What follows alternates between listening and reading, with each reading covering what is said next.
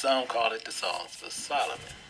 However, why these teachers and people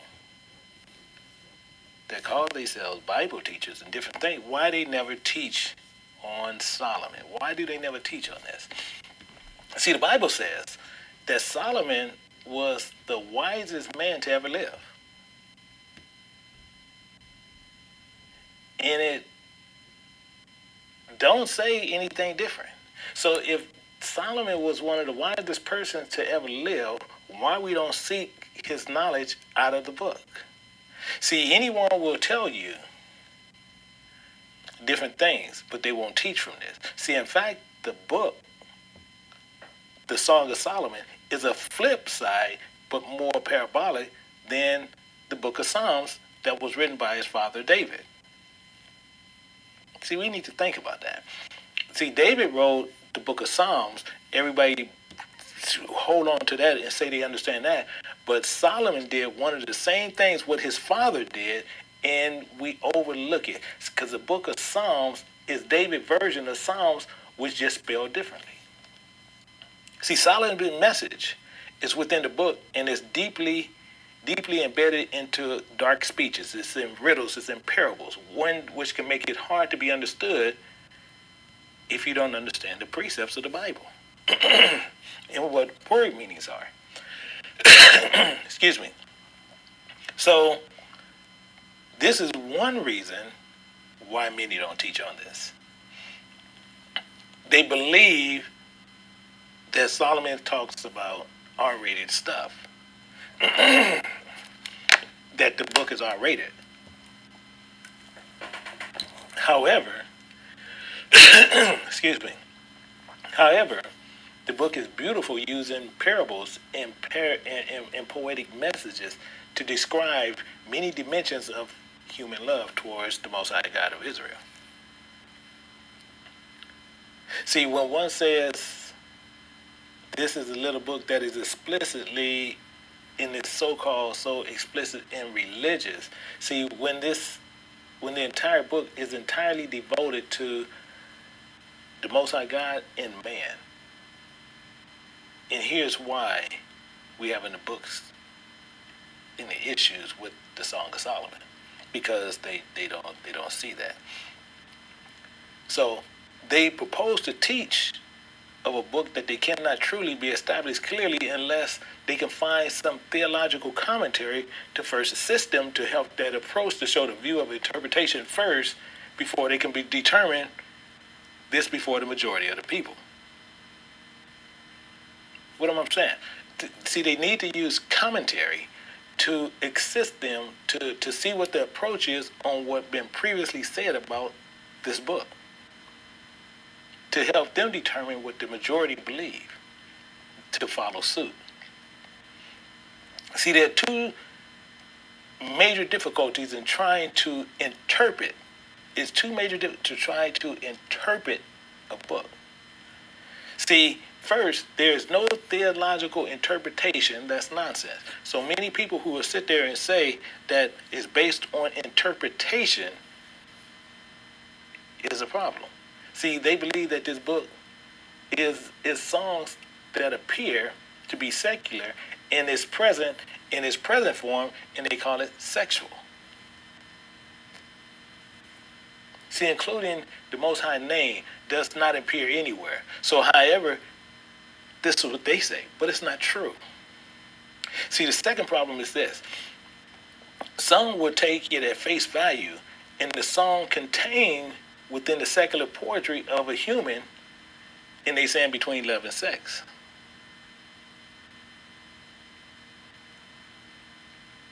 See, we have many problems here. See, then you'll see the lies that they taught about him in this book. And the book contained words that have spiritual meanings, not human definitions that all that people see in the scriptures, because what they do, they go to dictionaries and different commentaries and Septuagints, and they like to use concordances to find the definition of these word meanings, and they're not finding what the word is saying within the book itself. Because the book contains its own dictionary to give you the meaning of the words that's in there. This is why this book is particularly not being taught on. And he was the wisest man to ever walk this earth, the face of this earth. But nobody teaches on him. See, they're teaching what they've been taught using outside resources. This is why they won't do it. See, and some of the very people call themselves teachers, teaching against the very people who they teach against, and they read their books. It makes no sense. See, because what we have to do, can Satan cast out Satan? If he can't, you already know the issue. So how can you go to their commentary, but you're going to teach against them who actually wrote the books? Welcome to King James Bible University. I'm Elder Michael Johnson with the Lost Sheep of Israel. And today we're going to be diving into a serious part of the book, which is the wisdom of Solomon. And we're going to go into the Song of Solomon to understand the wisdom of Solomon. To understand and what it sounds like, what it means, what the Bible wants to drop some heavy knowledge on you, we have to go to Solomon. See, in fact, look at it this way. When you meet somebody and they're extremely smart, very intelligent people, and you speak to them, and they're very smart, and they start talking with you, and they're saying things and talking about things, and I have a friend. He do the same thing, and I think he's a very intelligent, very smart guy. Named I call him Imada, but he can talk some things sometimes. He can talk sometimes, and you think this brother's on another world. Yeah, I'm telling you, just like he's on a whole another planet by himself. But he's highly intelligent, very smart brother. And it's the same here. You can run into people that's so intelligent, when they start talking, you don't know what they're talking about.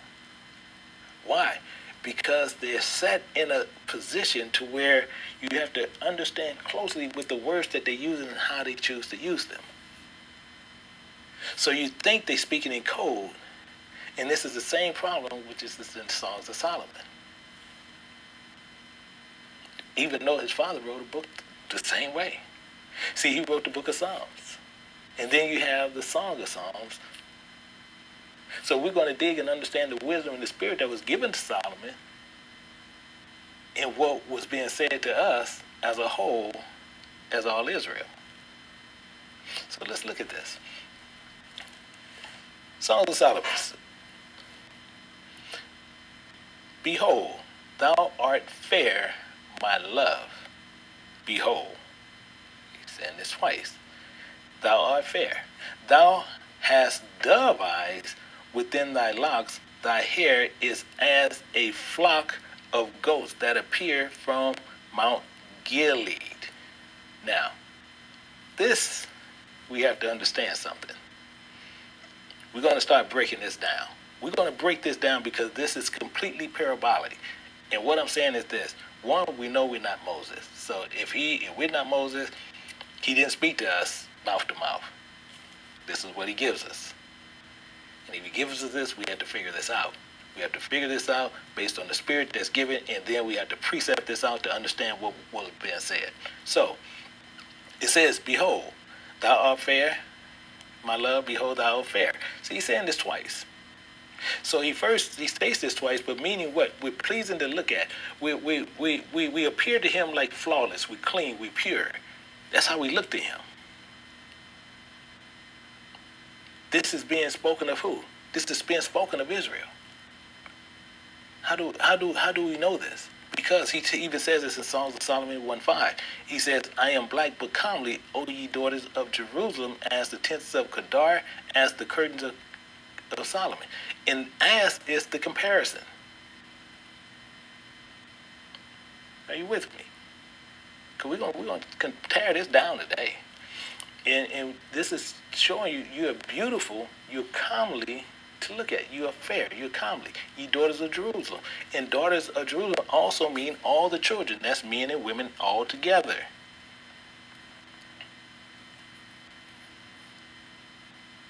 Let's see how this works.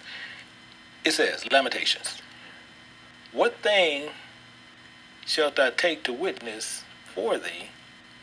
What thing is likened to thee, O daughter of Jerusalem? What shall I equal to thee, that I may comfort thee, O virgin daughter of Zion? For thy breach is great, like the sea. Who can heal thee? So, O daughter of Jerusalem, the whole daughters of Jerusalem is like a virgin to Zion. So remember, we are the wife, not the husband. We are the wife, not the husband. Meaning what? Thy prophets have seen vain and foolish things for thee, and they not discovered thy iniquity. See, these prophets, these men, seen the foolishness and choose not to say nothing. However, they taught falsely to cause our burdens and caused us to go into captivity through the disobedience. This is what was going on, and turn away that captivity. But has seen for thee false burdens and cast of banishment. Meaning what? Meaning this. All that pass by clap their hands at thee, and hiss and wag their heads at the daughter of Jerusalem. That meaning all of us. Saying, this city that the man called the perfection of beauty, thy joy of the whole earth. They trying to see, this is what the Most High think is perfection. This is what you think he's going to hold to. This is what we believe in. This is the problem. This is what we're going through. This is why we're going to have this issue here, because we sit there and we believed in something that is not there. We believed in something that you don't see. But we all have taken apart, and what we had taken apart on our own, we have looked at this, and we sat there and let all this sin just come upon us. And what we have done. What have we done? We have taken it upon ourselves not to do anything and just let sin come upon us, let people lie to us in different ways, and now we have a problem. This is what we have done to ourselves. This is what we have to understand, what we're doing to ourselves. So if we're not understanding this, we need to make sure that we go through and do the first works that meet for repentance.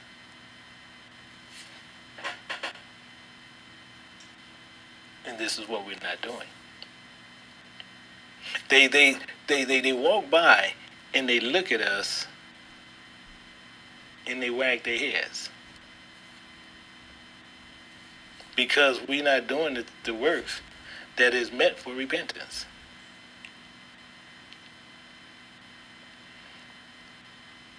We have done many things that do not meet the works for repentance. Because we not. This is our problem. This is our biggest problem here. Because they'll wag their head. We sit there and we act like we looking good at what we're doing, but we're not.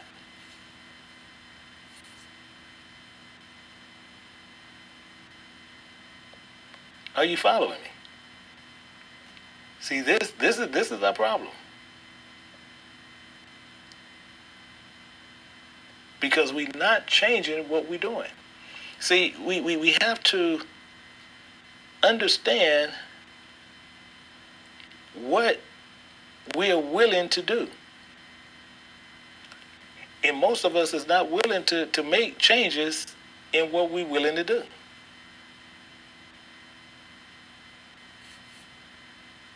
This is our issue.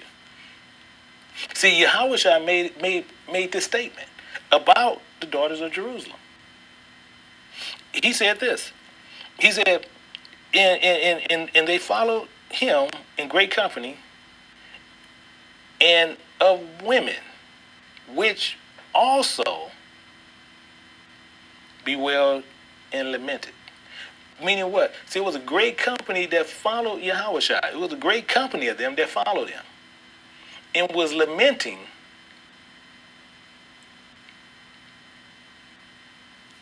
You had men crying, you had women lamenting and bewailing. And you know how y'all sisters do. Y'all are falling all over the place, and this is what was going. And they lamented him. But watch what happens. See, he says, but Yahushua turned unto them, said, daughters. Just mean daughters of Jerusalem. He's talking about everybody. Weep not for me, but weep for yourselves and for your children. Yahushua said this to all the daughters of Jerusalem, weep not for me, but for yourselves. Are you understanding what's happening here? This is why. Why? Because, behold, thou art fair, my love, behold, thou art fair.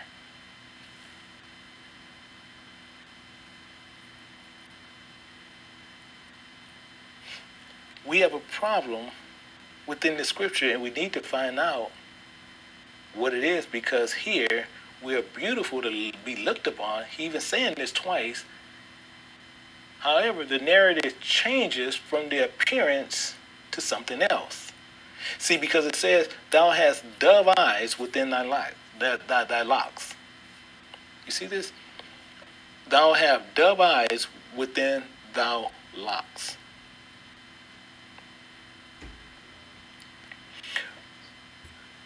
We're beautiful to look upon.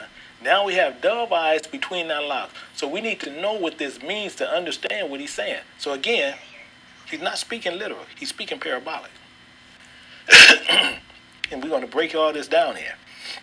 He said, I will open my mouth in a parable, and I will utter dark sayings of old. So again, he speaks here. And as he said, he gonna speak in parables. What did he told Miriam and Aaron? He told them clearly, even here. He said, hear now my words. If there be a prophet among you, I, the Lord, will make myself known unto them in a vision and in a dream. Why? Because he's making it clear. My servant Moses, it is not so, who is faithful in all my house. Moses is not like the rest.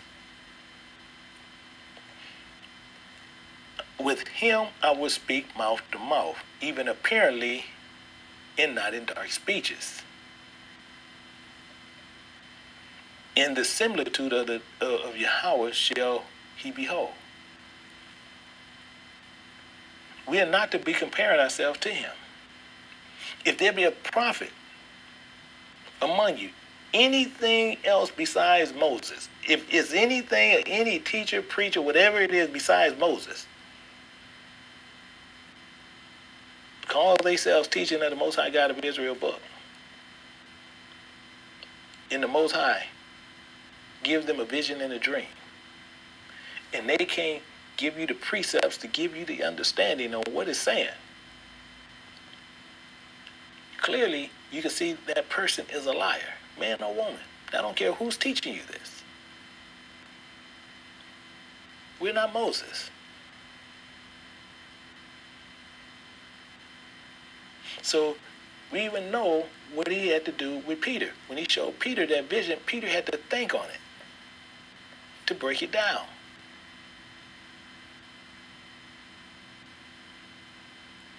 He was to teach men these things, but now you have people just lying, talking about visions, and they tell you these visions. Oh, we need you to give money. We need you to give. He showed me a vision and a dream, and for you to give this money to where we can build this bigger building. We had a vision to where we need to buy a plane. We had a vision where we need to do all these other things.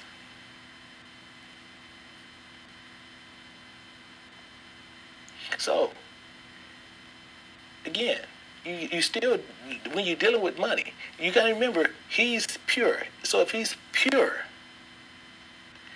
and we know money is defiled, because anything is defiled, he cannot accept it. Now, if that money came any other way, and the same as you have, many people have gotten paid, and they have dollars in their pocket, dollars, tens, 20s, 50s, 100s, they have them in their pockets. Now, and some of them going to go and tithe that, which is not what it is, but they're going to tithe that to the church, saying they're giving it to the Most High. Do you know the history of the money that you're giving? Of the paper that you're giving, do you know the history of it? Because it has a trail on how it got into your hands. Meaning this, if that money was traded hands with somebody for drugs, if that money traded hands for somebody to be done in, if that money was traded in and traded hands to remove someone from the land of the living, if that money traded hands to do something that was crooked, that money is not pure. And you don't know where it came from, because you don't know. So if you give it, do you believe to the Most High, you being no different than Cain.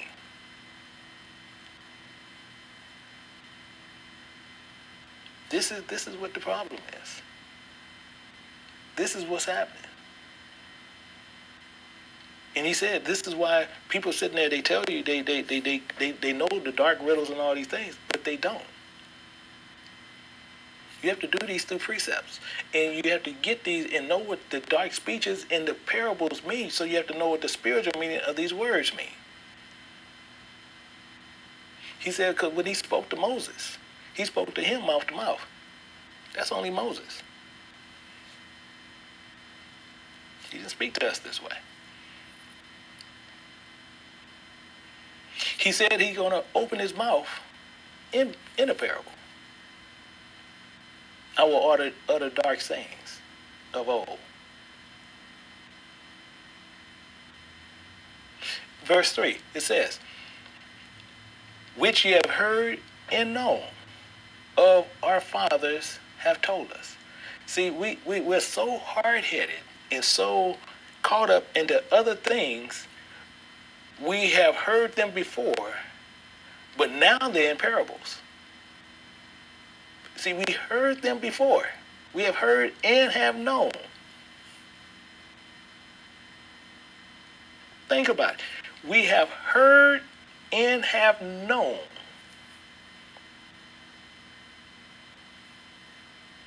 Now we better hear and we better understand, because our heart wasn't ready to listen then, but it better. I'm not saying you should be. It better be now. Because he has set a plumb line in his step, and he's not going to keep repeating himself. He set a plumb line. And because he comes in and day out, day in and day out, and that same reason why he said, and now once told, shake the dust off your feet and you go to the next one. This is why he says that. Shake the dust off your feet and you go to the next one. And he goes on more. And I will hide them. I will not hide them from their children. So he's not going to hide this stuff from us. He's not hiding nothing from the children. Showing to the generations to come the praises of Yahweh and his strength and his wonderful works that he has done. See, you will know these parables from us. You're going to know these parables, and what you're going to get into. And he says, I give you pastors. I'm going to give you pastors according to my heart that's going to teach you these things. And these that are sent to you, they'll be able to break down the parables and dark speeches in the riddle, showing you the generations to come of his strength. The wonderful works that's embedded in the parables and his dark speeches. Saying Yahushua was fulfilling this prophecy, doing the same thing, speaking to them in parables.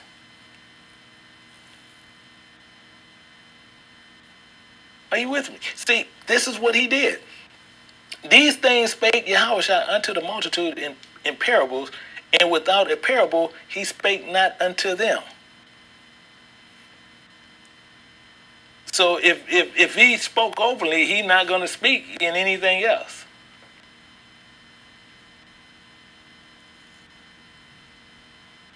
Are you with? Are you seeing this? He's fulfilling scripture. And he goes on more. And it says that it might be fulfilled, which was spoken by the prophets, saying, I will open my mouth in parables. I will utter things which has been kept secret from the foundation of the world.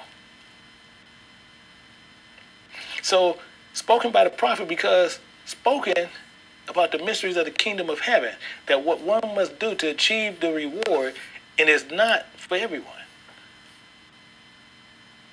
but can be to everyone, because because they will not understand them. So they can speak it openly, but everybody's not going to get it. So even though you see, you really don't see, and you really hear, but you really don't understand. So let's break this down and understand what is happening. He answered and said unto him, because it is given to you to know the mysteries of the kingdom of heaven, but to them it is not given. But to them it is not given. Why? For the mystery that is spoken even by Solomon is the keys to the kingdom that you need to know. See, and to the other is not to them to understand. He said, and he hide this from our children. But we have people calling themselves teachers and different things and unable to teach a parable or a precept at all, and teaching you this nonsense and keep you in bondage. Because they want that plane. You know, they want to buy this high-rise building. They want to do these things. They want to have nice clothes. You know, they want to have the $5,000-$6,000 suits. Are you with me? You know, they want to live in the penthouses and the high rises.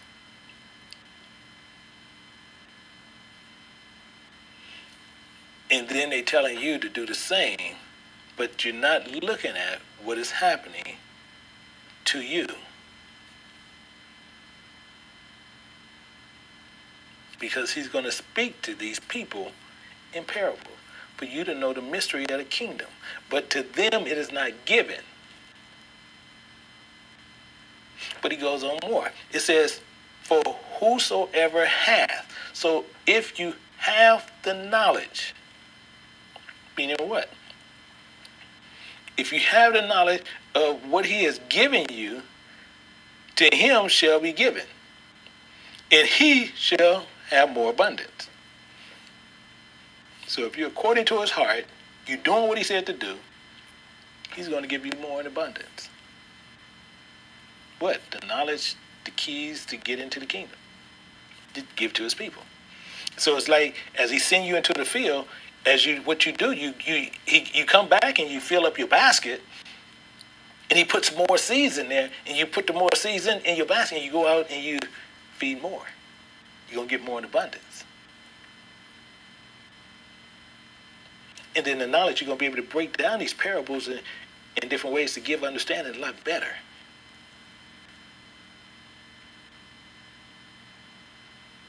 But he says something else. He changes his language here. He says, but whosoever have not. See, you have some who don't have the knowledge. Meaning what? They can't expound on them. So what they do, they resort to to commentaries. They resort to different things and different tools and outside resources to assist them.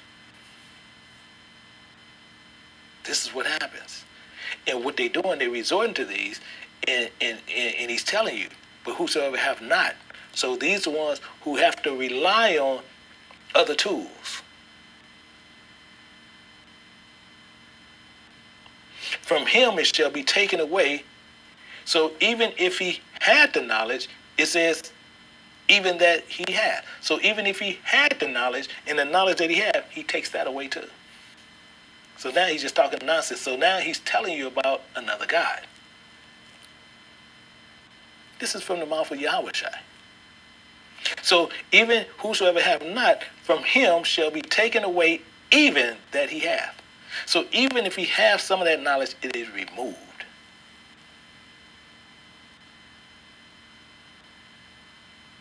Because the Most High God would take his knowledge. He don't want his knowledge to be mixed with nothing.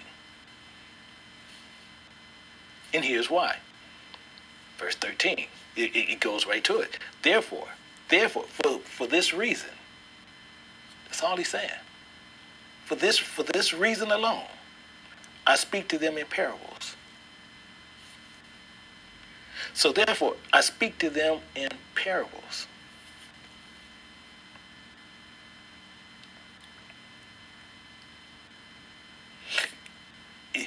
We need to understand that the Bible, if you're not seeing it coming out of the mouth of Moses, the entire Bible is parabolic. I'll say this again. If you don't see it coming out of the mouth of Moses, and I'm going to make another caveat, and where Yahweh broke it down to his disciples in the back room, the entire Bible is parabolic. Meaning what? In the beginning, Yahweh created the heaven and the earth. That's parabolic. That's what I mean. From right out the start, it's in a parable. And we need to know what it means. Because therefore I will speak to them in parables, because they seeing, see not. So when you see and you read the book, you think you know it, but you don't see what you see. You see the door, but it's not the door. You read the scriptures and not understanding the parables and how they work. You see the book, but you don't really see, because you can't see what's behind the spoken word of the book. In hearing, they hear not, neither do they understand. So you're not going to understand anything. See, and now you're having people, they paying to learn the Most High God. They charge you to come to them. They charge you to come there and to learn from them what thus said the Lord. You pay for this. They're making you pay for this. You're paying for a sexual relationship with another God. See, I have a partner elder. He teaches over at North Carolina. And see, he calls it a spiritually transmitted doctrine, STD.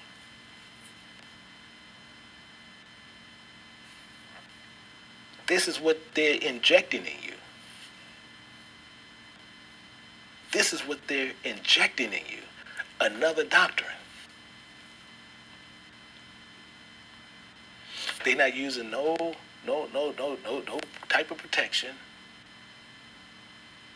You just opening your legs and they inject another doctrine into your body. This is what you're allowing them to do. Why? I don't know. Because it says, thou hast built a high place on every headway, and thou hast made thy beauty to be abhorred, and hast opened thy feet to every one that passeth by, and multiplied thy whoredoms. And this is what he was talking about. This is what he was bringing out. This spiritually transmitted doctrine. This is what Elder T was telling you. This is what he was focusing on. This is what the Most High has gave him to give you, and trying to tell you to come out.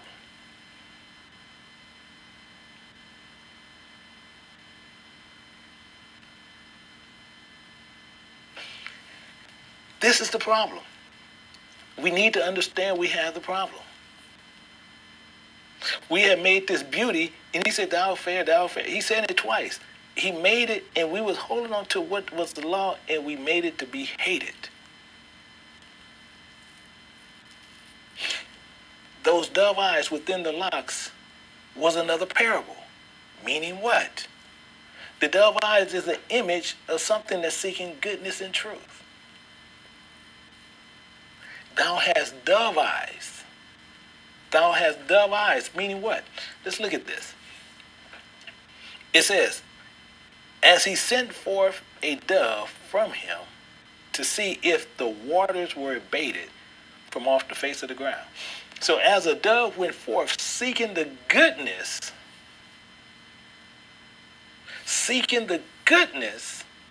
hoping that the waters have abated from the ground, seeking rest, and the spirit was just descending and found rest in Yahushua, as we seen with the dove. Yeah, I know you remember that. See, because once he was baptized, his spirit was descending like a dove, and it rested on him. It's the same silhouette picture we're trying to show you from the beginning. The spirit of the Most High, we see right here in Genesis 1:2, it says, and the earth was without form and void, and darkness was upon the face of the earth, of the deep, and the spirit of Yahweh moved upon the face of the waters. He couldn't find rest. You see, the dove was doing the same thing.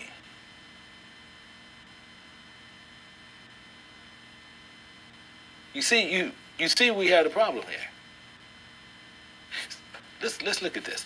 And it says, but the dove found no rest for the sole of her feet.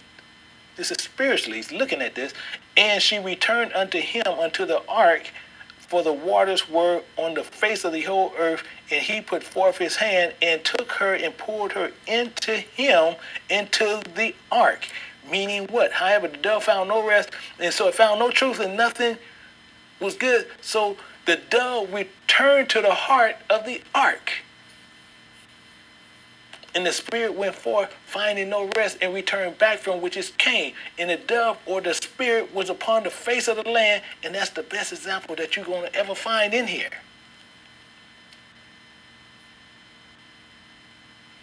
You have to be able to understand what is happening. The dove is equating you to the spirit. The ark is the heart. And it returned. Noah don't mean nothing but rest. Christ, the comforter. That's what it means, comforter. Understand what how we play with this and how he's using parabolic words to tell you the story on what he wants you to know. Thou shalt tremble as a bird, comparison, a bird out of Egypt. Wow.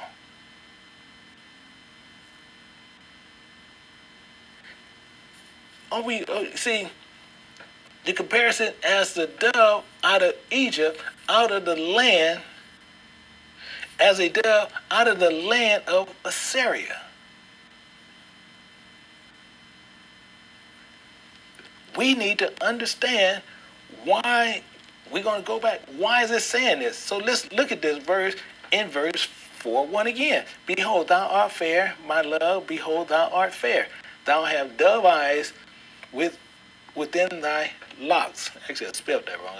I apologize. I got the C there. But locks is L-O-C. So within thy locks.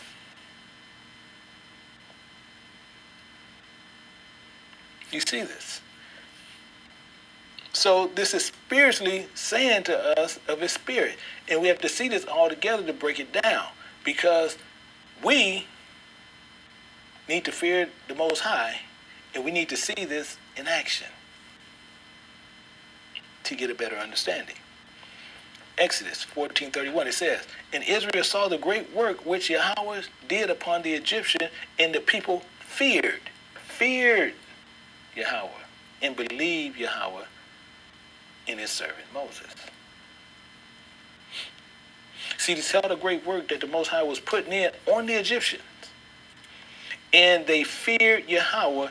This is the spirit of the dove and the spirit of fear of the Yahweh, which blessed is the person.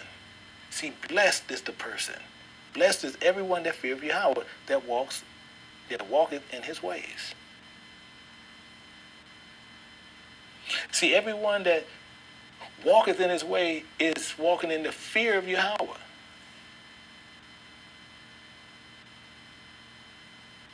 And the same was with the dove. It tells you, Sirach, it said, the spirit of those that fear Yahweh shall live, for their hope is in him that saveth them. Whoso feareth Yahweh shall not fear nor be afraid, for he is his hope. Are you seeing how this is working out of here? See, so one that feared Yahweh, and it's like the dove came out of bondage, out of the land of Assyria. They should not be afraid. Stand within the covenant of the Most High, keeping them and making sure we're not having a problem. Why? Because if you walking in fear of the Most High, you should never be afraid.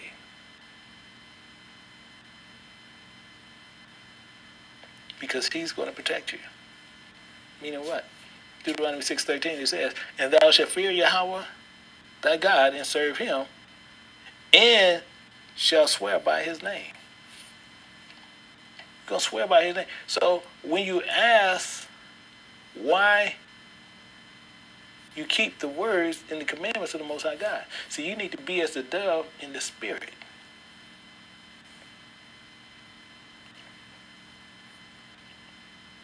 We have to be as the dove in the spirit. See, we have to sanctify ourselves. We have to separate ourselves to the Most High. And this is why he says this. He says, but sanctify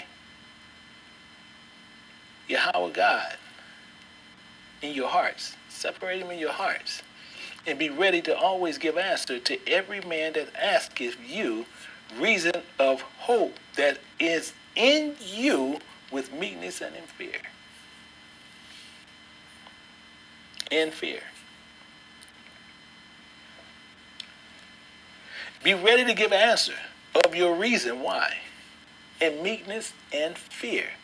You see, you have to understand, indeed, seeing, you see the eyes as a spirit. The Bible is spiritual meaning of everything which represents and grasping the understanding of the spiritual things. So it makes sense when one say having dove eyes. It's seeing spiritual. It allows you to see spiritually, which represent the intellect of the Most High God's speech itself, which also allow you to understand the spiritual things which is being said in parables, riddles, and dark speeches. Are you with me? This is what dove eyes do. That's why I'm saying dove eyes. It's allowing you to see. The dove eyes, the spirit, is relating you to this from the beginning of the book all the way to the back of the book. That's why they said, like the spirit descending like a dove. It's telling you over in Genesis, in the spirit of the Most High. It says, consider and hear me, Yahweh my God. Lighten my eyes, lest I sleep the sleep of death. See, one, you can understand the spiritual things, seeing them with dove eyes. You can understand the reason and understand the reason of salvation.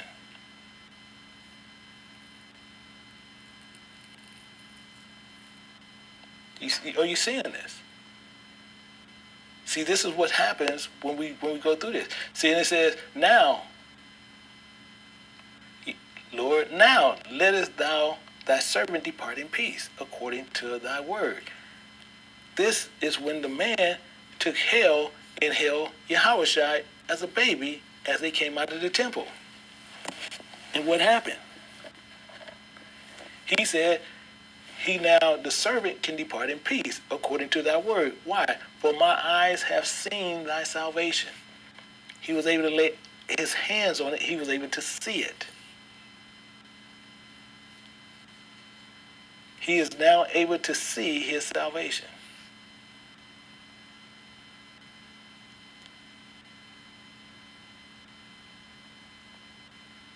Having dove eyes to see the spiritual side and see the spiritual understanding of what he's trying to show you. Thou hast dove eyes. You have spiritual eyes. You should be able to see these things. This is what Solomon is trying to show you. This is why we have to break this down so clearly. So he says again in Luke 2:30, I just showed it to you, for my eyes have seen salvation. So if your eyes are seeing salvation, you don't want to see the sleep of death. Death is a false doctrine and the lies which is set before you. And many people are going to fall to that. Many people are going to fall to this. One way is by keeping the understanding instructions that is within the book, and you use the book. This is the key to understanding on what he's saying. Understanding Solomon and being able to break down Solomon is your key. And what is your key? Your key is to where through thy precepts I get understanding, therefore I hate every false way. This is the way to where can't nobody give you no other truth.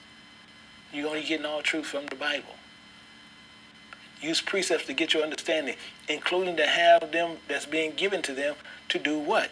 He tells you, I will give you pastors according to my heart, which shall feed you with knowledge and understanding. He's going to give these people to you.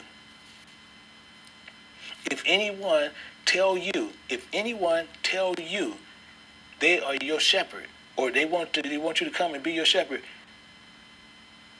and being a shepherd, you need to have on some track shoes, and you need to have on some running gear, and you should break Usain Bolt track records and getting out of there. You should be breaking track records from getting out of there. You have so many of them where they'll sit there and tell you, he said, I'm going to give you pastors that are going to feed you. You're a servant. You're not a shepherd. You're a servant. You're not a shepherd.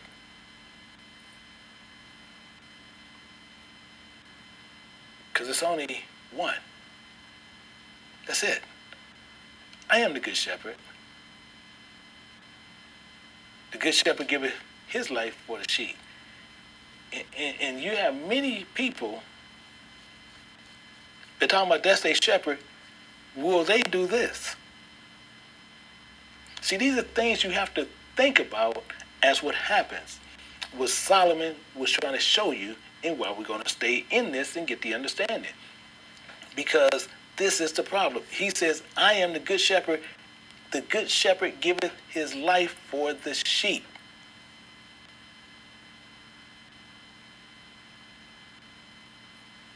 What pastor who calls himself a shepherd will do this? You won't find one. But they'll say he's your shepherd.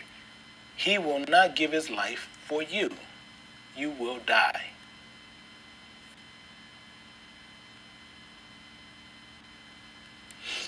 He hired us for 1 penny. And when we had agreed with the laborers for a penny a day, 1 penny. 1,000 years is 1 day to the Most High, and 1,000 years is 1 day to him. Same thing. No different. So you're paid.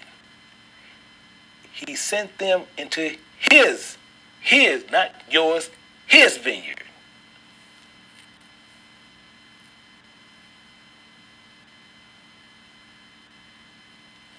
This is the problem.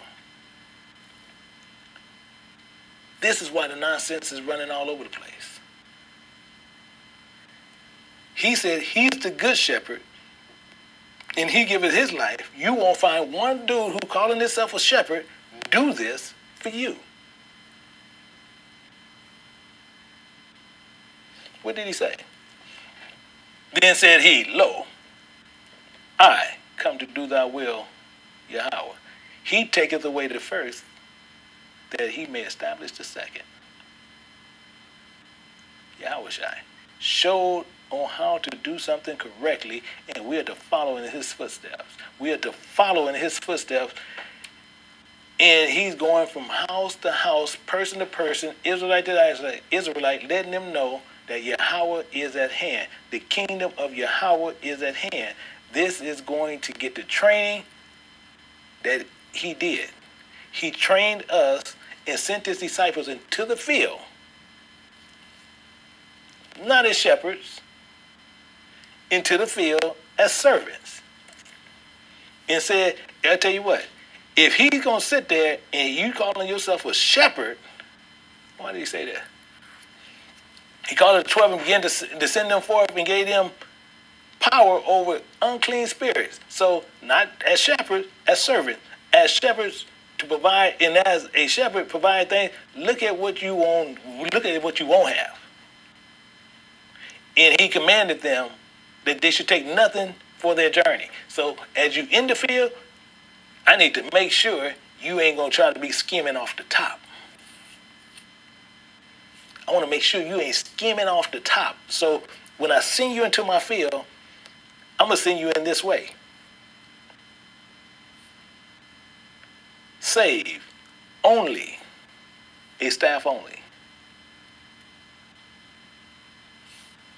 No script, you ain't taking that with you. No bread, you ain't taking that with you. No money in their purse. You ain't taking nothing in. You're not taking nothing in with you. You're not taking no script, no bread, no money in their purse. You ain't taking nothing in there with you.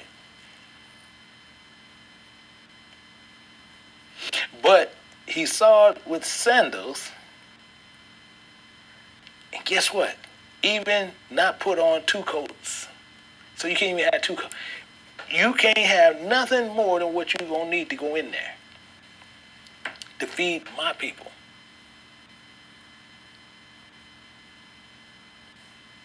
While he going to handle some business.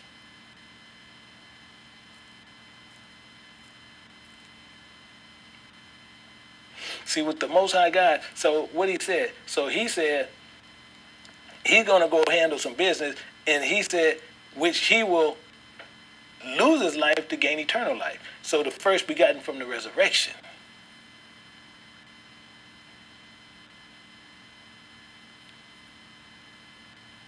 See, he's that shepherd, not us. We're servants. See, now Yahweh, a peace that brought again from the dead.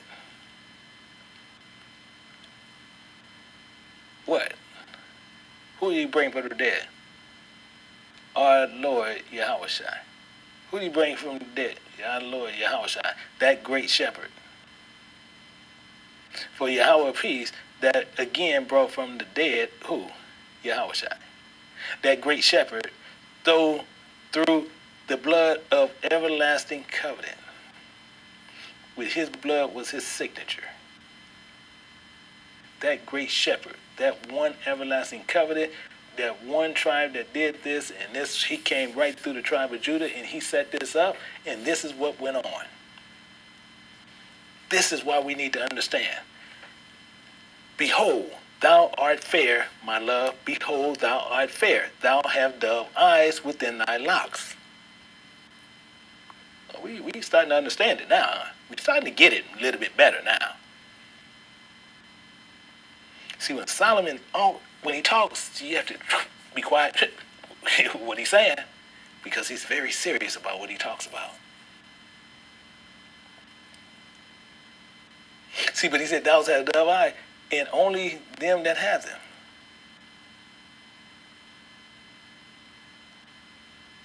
See, not everyone have seen him. Who? The Father. You must be of the Most High to see him. What do I mean there? Not that any man has seen the Father, save he which is of Yahweh has seen the Father. What did this just say? See, people say you cannot see the Father because they worship another God. See, and not the God of this Bible. See, saved, right there where you see, save he means only. Only he which is of Yahweh which can see the Father. Why? And let's show you something. I'm going to show you an example to where we can get this all clear. 2 Samuel 12 and verse 3, and it says, but the poor man had nothing. The poor man had nothing. Here you go, you clicker, save one little ye lamb.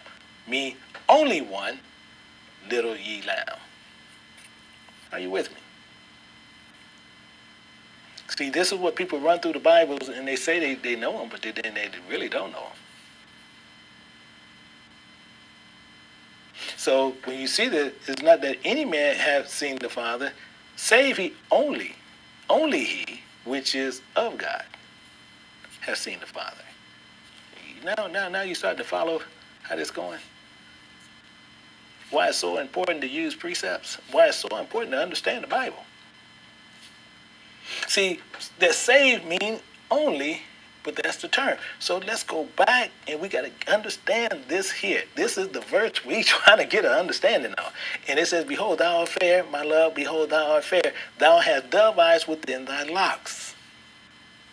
See, the spirit, you see the dove have dove eyes of spirit, but the people don't tell you why. See, you can't say you're not allowed to see.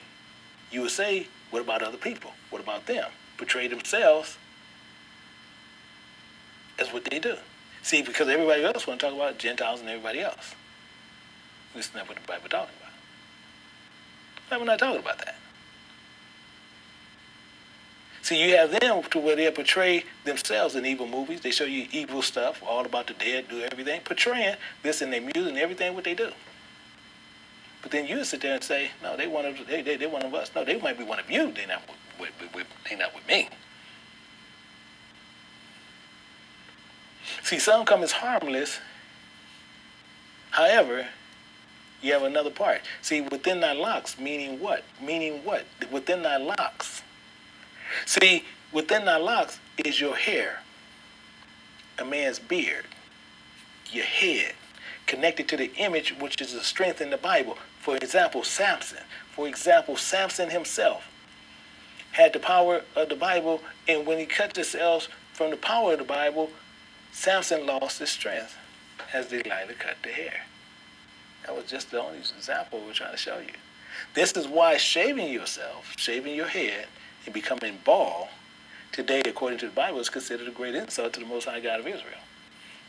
So remember, shaving your heads is like captivity. It's a way to humiliate them. This is why people would shave their own heads was either as a sign of mourning or as a sign that's transitioning from one level of understanding, removing the old and the external ideas to the new ones to where they can grow in the place of Scripture. The same as you have your head of your hairs mean both love and wisdom in the first forms to follow according to their hair, which means the love of wisdom. In their final form of wisdom is your hair is gray. Meaning the divine love and accompanied with the divine wisdom are things that last. Are you understanding this? So we see here within thy locks. And this is talking about the wisdom that you have. And your final stage should be gray. Should be gray hair. Just looking at an example here. And it said, in his hairs was white as wool, as white as snow. In his eyes was the flame of fire. But we just want that first part up to the semicolon. The reason why. See, Yahweh Shah was in his final stage. His hair was what? Was white as snow. He's having divine wisdom of all things, which was given to him. First and the last, it tells you right here. His head in his hair was white as wool.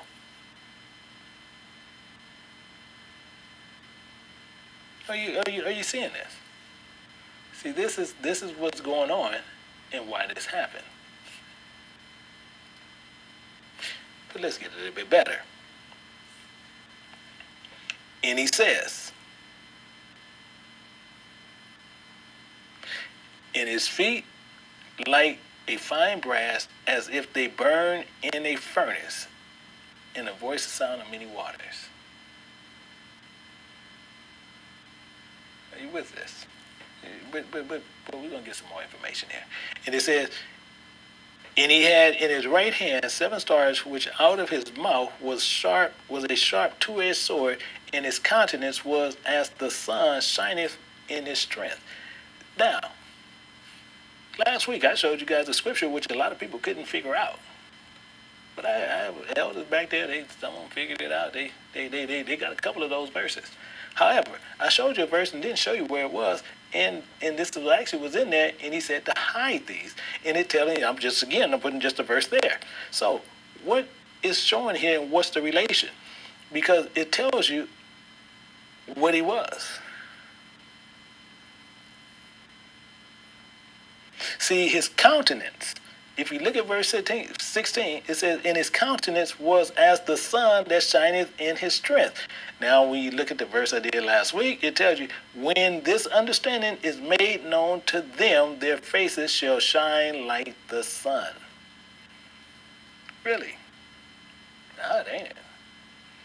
But I guarantee you, this entire verse right here, down here in verse 10, it says, "When the understanding is made known to them, their faces shall shine like the sun, and how they are to be made like the light of the stars, being incorruptible from henceforth."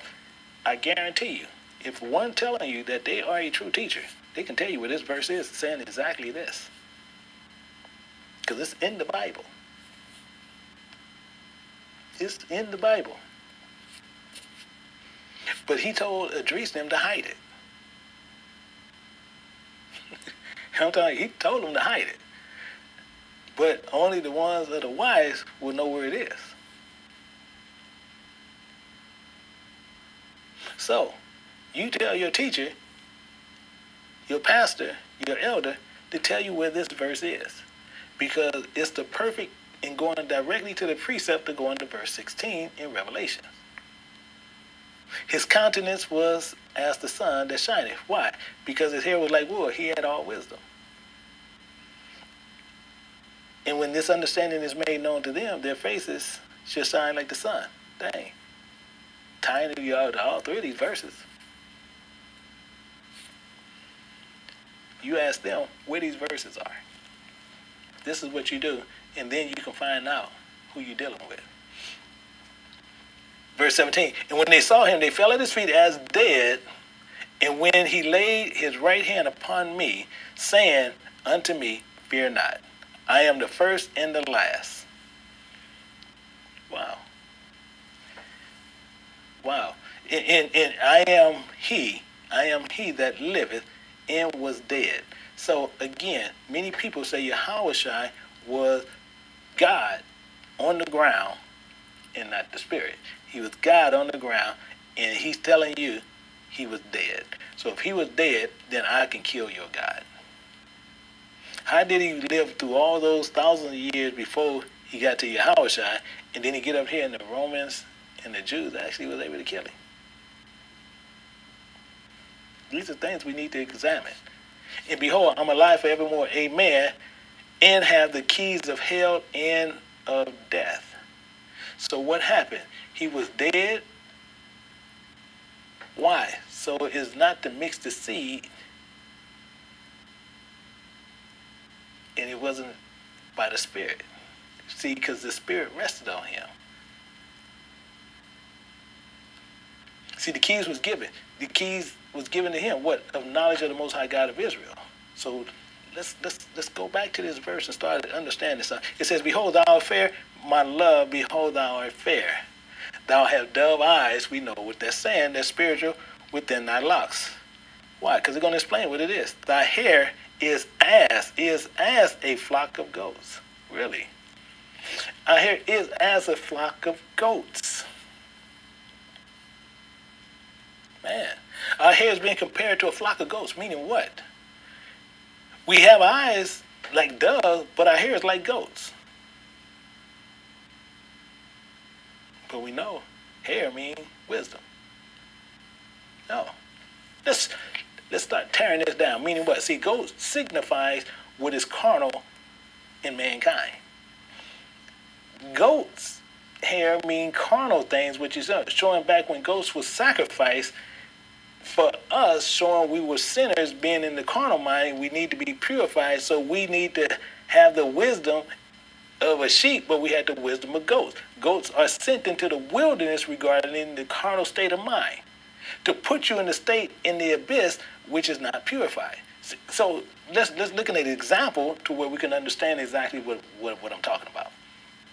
So it says, and Aaron shall lay upon the hand, his hand upon the head of the live goat, and confess over him all the iniquities of the children of Israel, and all their transgressions and their sins, putting them upon the head of the goat, and send him away by the hand of a fit man,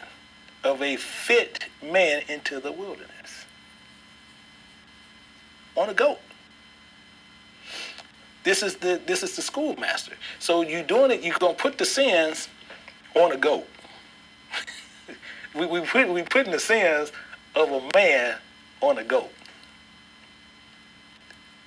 Yeah, I guess y'all not getting this. Y'all not getting this. We putting what we humanly doing on a goat. Think about that. Just think about it. And we're going to move forward, but think about that. So we got to confess our sins over this goat, put them on him, and then all this transgression of Israel, literally just telling you how stupid we are. And then we're going to send the goat into the wilderness.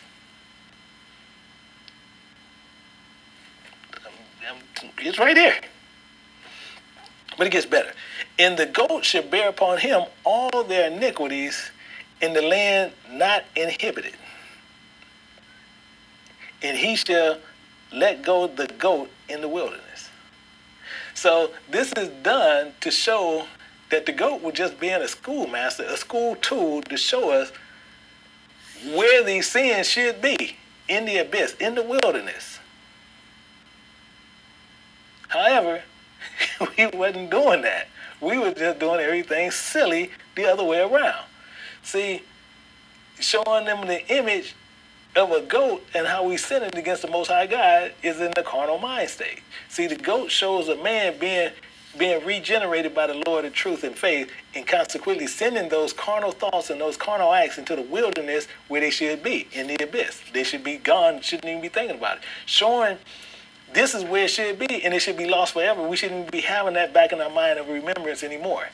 Then shall our sins be removed and cast into hell, which should be the man himself who created them. Therefore, for this reason, you see, that's why Aaron made that statement that the goat should bear upon the sins of Israel, because it was showing you as a schoolmaster for the children of Israel, and it's showing you the land of separation, and it's showing him sent into the wilderness. Now, the main thing is you got a lot of people talking about they're going to go to the wilderness when, I guess, some stuff happened. Not knowing you're in the wilderness right now. But they said they're going to go into the wilderness. But, okay. But the goat represents the wisdom because the hair is mentioned in the scriptures in Songs of Solomon. See, the goat represents the wisdom, is why it's in goat hairs. When you look at Songs of Solomon, that's what it's talking about. Let's look at it. Let's see this all in action. Leviticus 6:5. It says, he should take of the congregation of the children of Israel two kids of the goats. So he's going to take two for the sin offering and one ram for a burnt offering. And that's something we're not going to pinpoint on that one. We're mainly looking at the goats. Because he's going to take two of the goats of the congregation of Israel, one ram that's going to be killed there. But let's see what's going to happen. And Aaron shall offer his bullock of the sin offering, which is for himself. So the bullock is for his own. So now he also got to get a bullock for himself, for his sins. Is what they're saying. But we're going to go more into it. And make an atonement for himself. That's what he's saying. And for his house. So this is what he got to do. So he got to go get a bullock and kill for himself. Verse 7. And he should take the 2 goats. Now watch how this plays out. He should take the 2 goats and present them before Yahweh at the door of the tabernacle of the congregation. He got to take 2 goats. 2. Just stay with me. And Aaron should cast lots. This is where it gets serious. I'm telling you, this is where it really gets serious. He should cast lots upon the 2 goats. One for Yahweh, the other lot for the scapegoat. So the scapegoat is the one going to go into the wilderness. Casting lots is making an election. That's what this is doing. Meaning what? Meaning this. Even though both goat they got, neither goat did anything. However, the 2 goats, one based on how the lot fall, one goat going to go to the wilderness, going to get hooked up. The other one something else going to happen. So let's look at the same illustration here. Let's look at Romans 9 and verse 11. It says, even for children being not yet born, neither having done any good or evil, that the proposed of Yahweh according to the election might stand, not of works, but of him that calleth. Meaning what? Before any one of them even did anything, he already elected the one he's going to choose. The same here. Because what he said, what he told you later, Esau as he hated and Jacob as he loved. Before doing anything. Haven't done nothing. The same as the 2 goats. Sinful. Carnal-minded. According to election. The same as Deuteronomy, you see, I don't think I have it. Yeah, I don't have it in here. 21:15, it says, if a man have 2 wives, one beloved and the other hated. The same the Most High. It says, no matter the choice of us, the Most High God. This is why we have to understand what is happening. Let's look at this. And Aaron shall bring upon the goat which Yahweh lot fell, and offer him for a sin offering. So the one where it fell on, he gonna offer him for a sin offering. Are you with me? I just want you to stay with me here. But watch what happened. But the goat, which the lot fell to be the scapegoat, shall he present alive before Yahweh. So this one he got to present alive. And to make an atonement with him, and to let him go for a scapegoat into the wilderness. See, this the one the sin, they're going to get rid of him, send him out there, and whatever happens, happens. He's in the wilderness now. Whatever happens, happens. This is what he's talking about. A goat, because it's carnal-minded. That's the representation. But the one scapegoat shall be presented before the Most High God for the atonement. And him going into the wilderness. Being regenerated, and then that the man should be regenerated because that's his sins going into the wilderness. So why are people telling you to go to the wilderness? You kind of follow me? But we're going to tie more into this. So therefore, this is why Aaron makes the scapegoat bear upon him the iniquities of the children of Israel in the land of separation, and sent them into the wilderness, the same as the servant is not to serve 2 masters. Are you following me? See, you're not to serve 2 masters, because one you're going to love and the other one you're going to hate. It's the same as people tell you about this 2 wives job. See, the same as Yahweh, I say. See, no servant can serve 2 masters. Either he will hate the one and love the other, or else hold to one and despise the other. Ye cannot serve God and mammon. See, this is why the Most High chooses one people, not many. Because he gonna be partial to one and not being fair to the other. If he chose more than one, he will do one wrong and do the other one more right.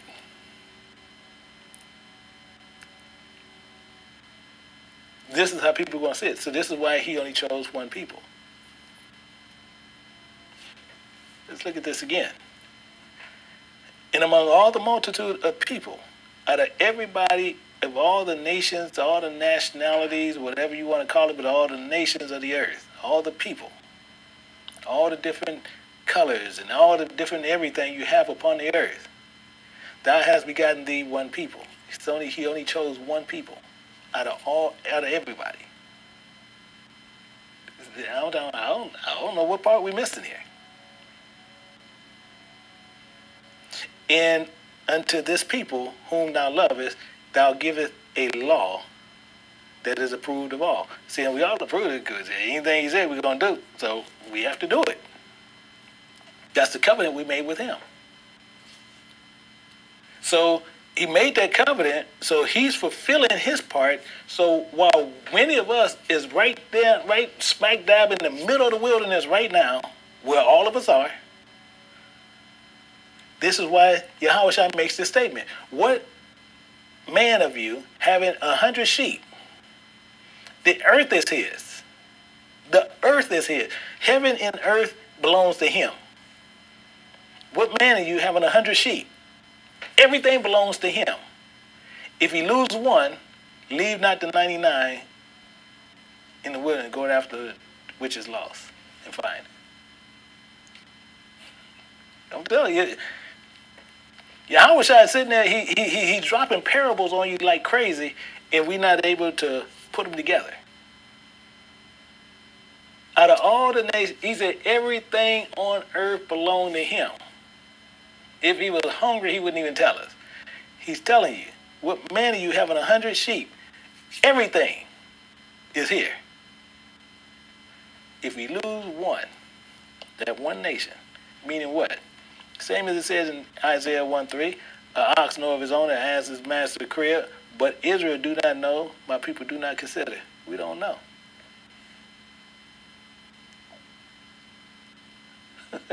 I'm telling you, we just don't know. We need to understand what he's talking about and how sad this is. We want to go to the people who speaks and tells you about all kind of other things, and we need to be learning about the book and the book itself. Not about how to raise money or we need to do this and the Lord told me that we need to do that.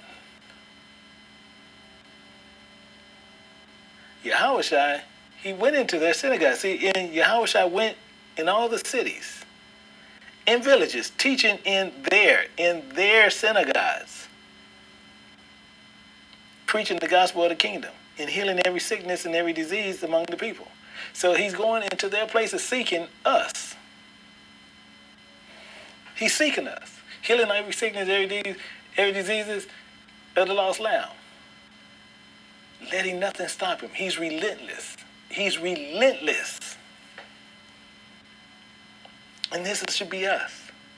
We should be the same we should have the same relentlessness in going and seeking his sheep. Why? Because we're his servants. And we should be seeking this. Why? Because he did the same thing. For the Son of Man came to seek and to save that which was lost. This is why they sent a lion. He walks in the den of hyenas. He walks in the den of wolves. He walks among thieves. He walks and goes against money changers. It don't make him no difference. Thinking you're a goat. You're a Gentile and you're sheep. Even Habakkuk said, what profit the graven image that the maker thereof have given it in the molten image, and a teacher of lies, that the maker of his work trusted therein to make dumb idols. Many of us do worship dumb idols. We have images everywhere, believing in something that's not there. It's an image of nothing. They like to put the image of a cross. They like to put the image of a white Jesus. They like to put images up and hold on to it and worship that. It's a dumb idol. You being a Gentile. As he said, see, and ye know that ye were Gentiles. How can you once be a Gentile and then a Gentile? Ye were Gentiles in the mind. You had the hair of goats. What? That's your wisdom. Carried away unto these dumb idols, as ye were led. Are you understanding what he's saying? This is what we do. We sit and we go through these things and we are carried off to dumb idols. Acting like Gentiles. How can you act like a Gentile? Ye were Gentiles. A Gentile is defined in Genesis 10 and they don't change. And it's telling you right here, ye were Gentiles.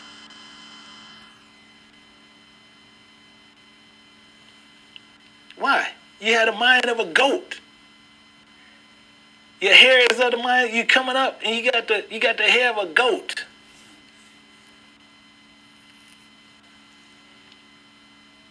Worshiping as a Gentile do.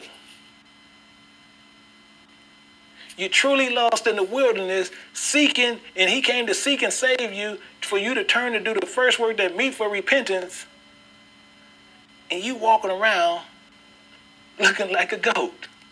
I'm talking about, and he said, we don't even have to read the first part anymore. We're going to go past the semicolon. He said, thou hast dove eyes within thy locks. So within our hair, we have dove eyes. You got spiritual eyes, because he written it on here. So you have the spiritual eyes. But thy hair is as comparison as a flock of goats. Our hair is compared, our wisdom is compared as having the wisdom of a goat.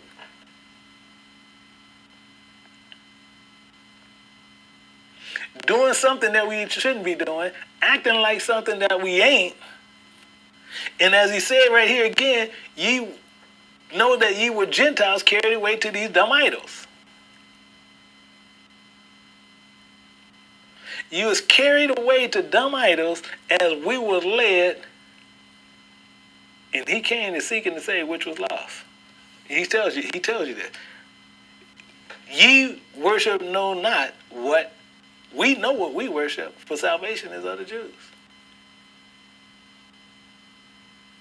They don't. They worship wood, stone. They go in churches and they tell me what you see. Go in any church today. Any church today. Tell me what you see.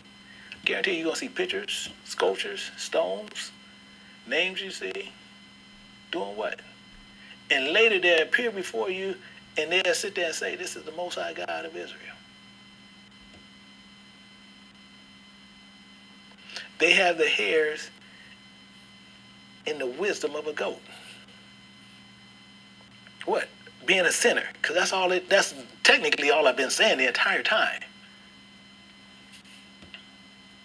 So we need to go back and really look at this and tear this down to understand. And if you haven't noticed, we're on one verse. One verse. One. Thy hair is as a flock of goats. We look good. We had a spirit written upon us. We can see the Spirit. Some awoke, some continue to see clear, but our wisdom and our knowledge appear as Gentiles, goats. I'm talking, we like a bunch of goats, showing us images of things that is not of God. It gets even deeper. So we're going to deal with some most wisdom of Solomon. See, it says, but which that is made with the hands is cursed. See, that which is made is cursed. as well as he had made it. See, the same one that made it, he's cursed anyway. Go read Revelation 8 verse 7. You'll see. Because he made it. Because being corruptible, it was called God. You taking something that was corruptible and called it God. You taking an image and you made it, and now you're going to call this image God. What did he say? Exodus 20:4, he says, thou shalt not make unto thee any graven image. Any. That mean nothing. Or any likeness of anything. I don't know what part we're missing here. That is in heaven above. So you can't make nothing that look like heaven above. Don't put nothing. Nothing. Or that is in the earth beneath. So don't even make no image of nothing like that or in the waters under the earth. And what do they do? What do they do? Worshiping everything outside of that.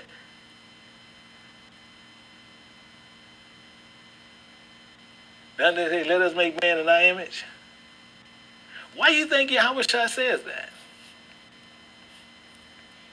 So if the Most High said he gonna make man in his image, we doing the same thing even as Philip did. Philip wanted to see an image. Philip, wanted to see an image of the Most High. He said, hey, just show us the Father. Just show it. And Yahweh Shai said unto him, have I been so long time with you, and yet how thou not asked me, Philip?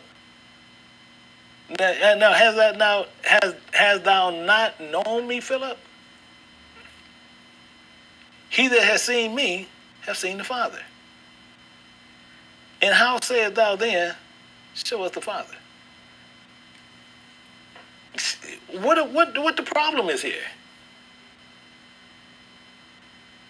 What is the problem? Because Philip seen the very works that he was doing.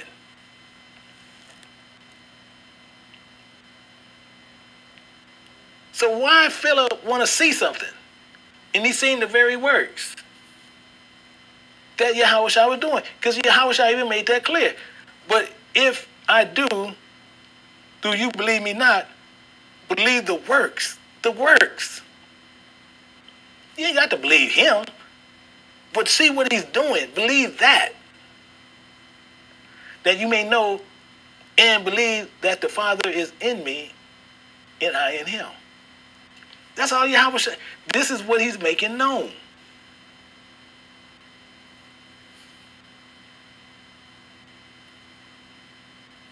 This is why so many false doctrines is out there. Saying the Most High put a human seed in Mary. Just silly. See, but people want to teach doctrine that is stupid and calling themselves teachers. These are doctrines of devils. This is why they're all going to be destroyed together for teaching and twisting his doctrine. For that which is made shall be punished all together with him that made it. This is why he's doing this. This is why he's going to do this. Even the ones teaching the people to get them on these kicks, they're going to be punished all together. Teaching the crap to this people. Teaching these just silliness. Therefore, even upon the idols of the Gentiles shall there be a visitation. Now, you don't even want that. If the Most High get ready to tell you he going to visit somebody, you got a problem. I don't need him. If he's sitting there talking about he getting ready to come visit me and he ain't giving me a good salutation, I don't want to see him. I'm being up front. Because he talking about he going to do a visitation, you got a problem. It says, because in the creature of Yahweh there are become an abomination and a stumbling block to the souls of men, and a snare to the feet of the unwise. This is the problem. This is the problem. I don't need him to come and sit there and say, I need to go down and I got to talk to Michael. I got to do this, pay this man a visitation. No, let me do my job. I'm a servant and I'm going to do my job. So, because what you call the creature of Yahweh is the very creator of all things that is God. And he made them to become an abomination and a stumbling block to the souls of men. This is what they do. And to the unwise, making them believe lies. Meaning what? Who changed the truth of Yahweh into a lie and worship and serve the creature more than the creator, who is blessed forever. Amen. Yeah, you kind of getting the point. You kind of getting the point. But it gets on better. Also, the singular diligence of the ossifier did help to set forward the ignorance and more superstition. The ossifier is a craftsman who helps put the more into ignorance in what he does. The craftsman in what he does, how he works it. Could be a stone cutter, could be a painter. This is the ossifier. But we're gonna get more into him. We're gonna dig more into him in 1 minute. And it says, for he, peradventure, willing to please one in authority. We're gonna find out that one. See, that authority is the ancient. The authority is the ancient. We're gonna find that out too. Forced all his skills to make the resemblance of the best fashion. So he wanted to please him. He put in work to please him. So the multitude, allured by the grace of the work, took him now for a God. Now he's sitting, boy, that shows, man, right there. I don't know what God looked like, but if God looked like him, God looked like him. I'm telling you right here. Which was little before, was but honored as a man. Now we honor him as a God. You don't think we have a problem? You don't think they putting out images and they scour and see now people, they'll Google everything. You can scour the web and you just can put in the name Jesus. Images everywhere. Sculptures everywhere. And it's not him. It's a man. Now I'm being honored as a God.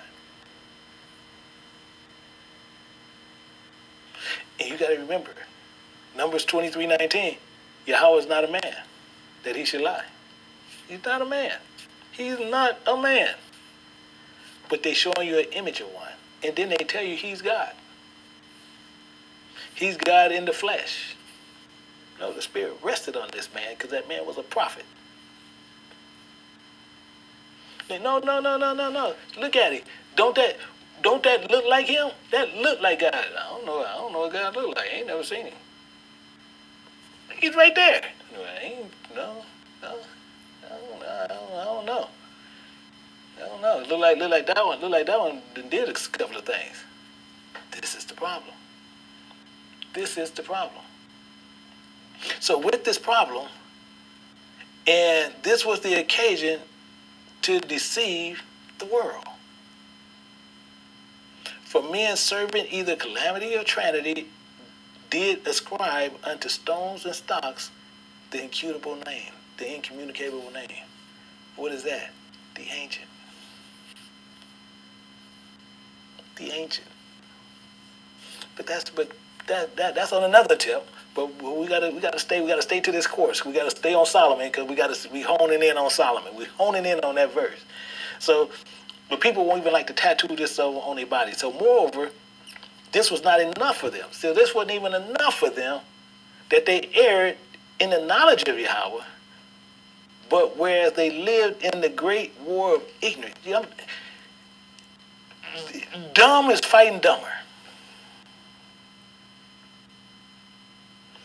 You're in the war of dumbness.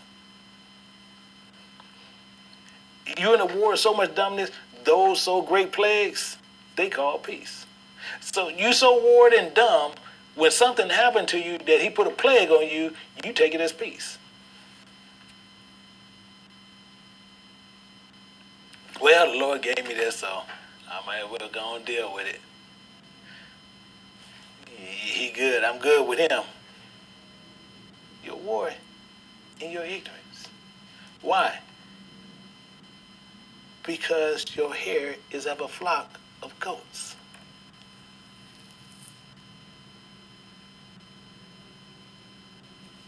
Are we starting to understand this a lot better now?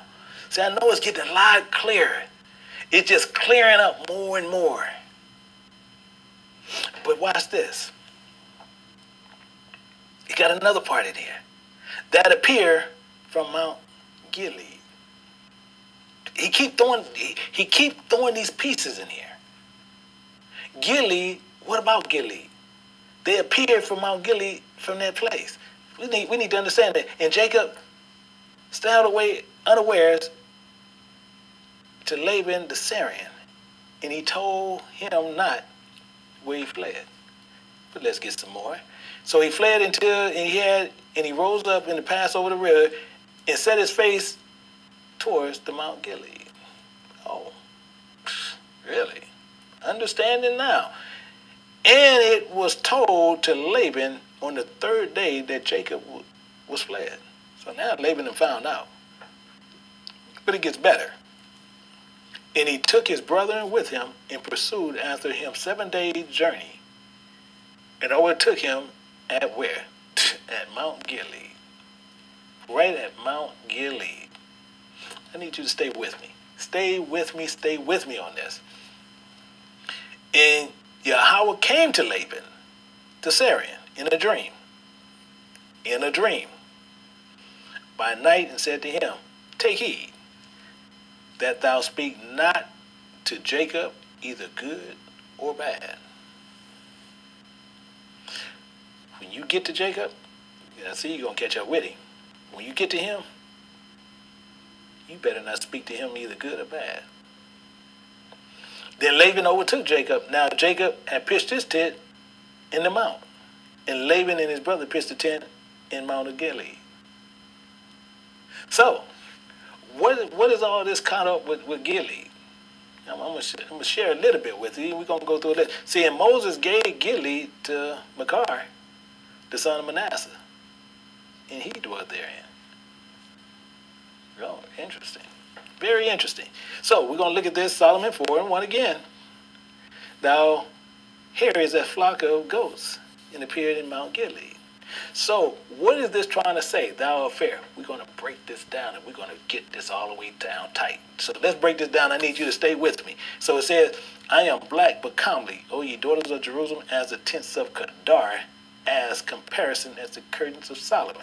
So this is Israel. The daughters of Jerusalem, we are black in the color of ground, the same thing as it don't change at any time, because they don't change the spot. So that's why I would tell people that 12 tribe chart has no background, no substance, nowhere.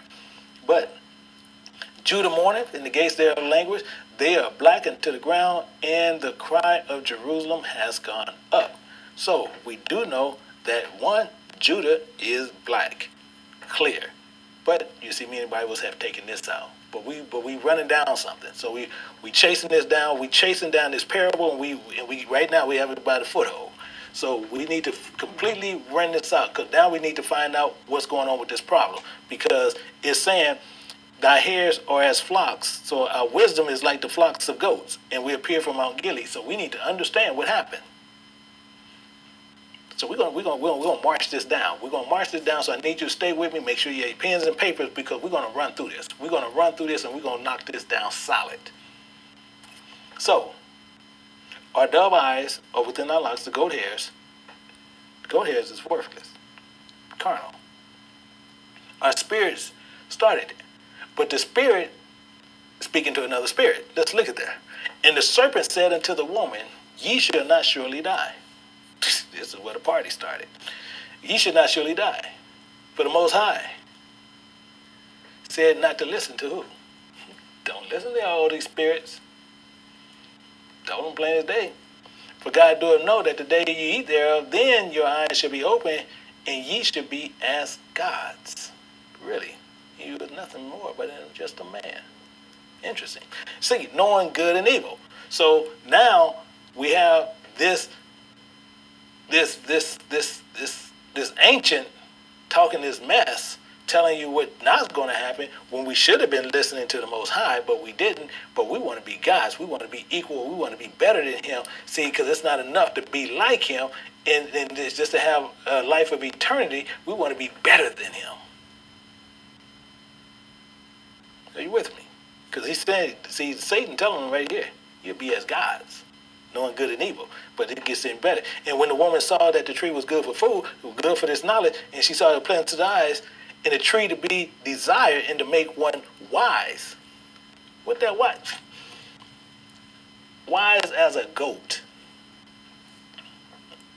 Made us more ignorant. She took of that fruit, took of that information thereof, and did eat, and gave to her husband, he did eat. Why? Because they thought they was going to be gods. Knowing the difference between good and evil. Why? This was our problem.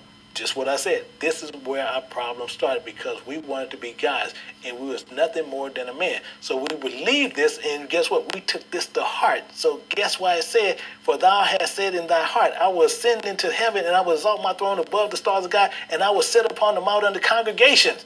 In the sides of the north. Really? And I will ascend above the heights of the cloud, and I will be like the Most High. I know the same thing he know.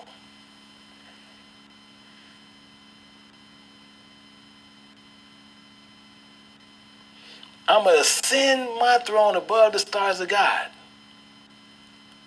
All because Genesis 3:5.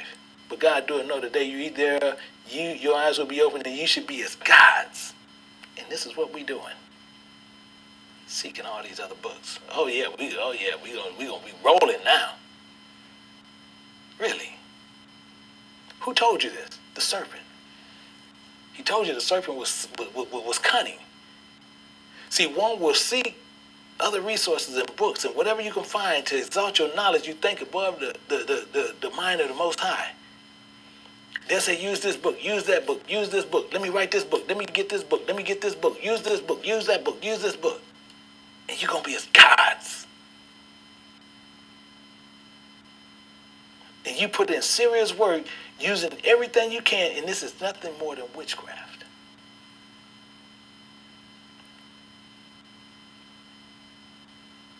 All these things was done for the authority from the one idea from the ossifier. As the singular diligence of the ossifier did help to set forward the ignorance and more superstition, we're going to be gods. Once we do this, we're going to exalt our throne above his.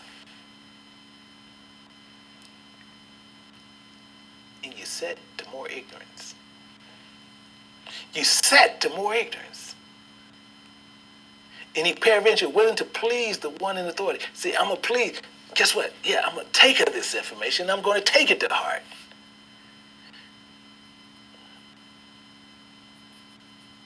By the authority of the one that gave it.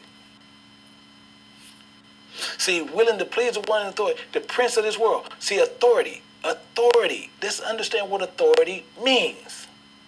See, we break all this down. See, authority means actually to is unimpeded, implement, and by persuasion or the willful force of a person of authority by reason of an act. The one who possesses control. The one who makes the resemblance, meaning the superficial qualities. They're not real. They're superficial. This is how they get you. But it gets on better. And the multitude of the Lord by the grace of the work took him now for a God, but which a little before was a man, but honored a man. This is what happened. Why? Because now he got you. Now you believe he's God, and people look at him as gods. Who opposes and exalts himself above all that is called God or that is worship, so that as God sitteth in the temple of God, showing himself that he is God to you.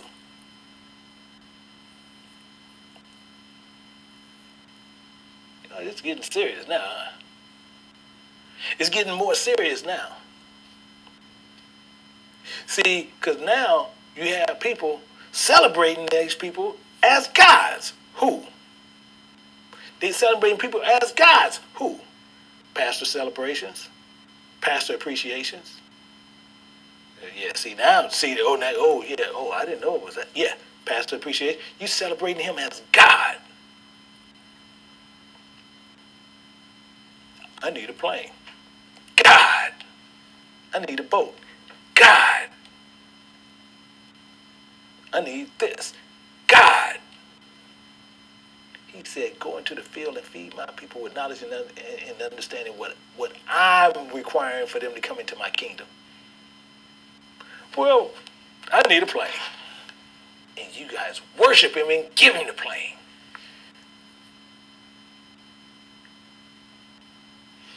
I'm not gonna let my pastor look like that. He need to be looking good in those $3, $4, $5, $6, $7, $8,000 suits. God.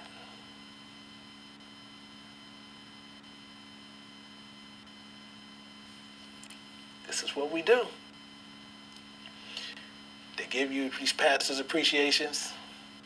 They sit back and getting all this money, getting money.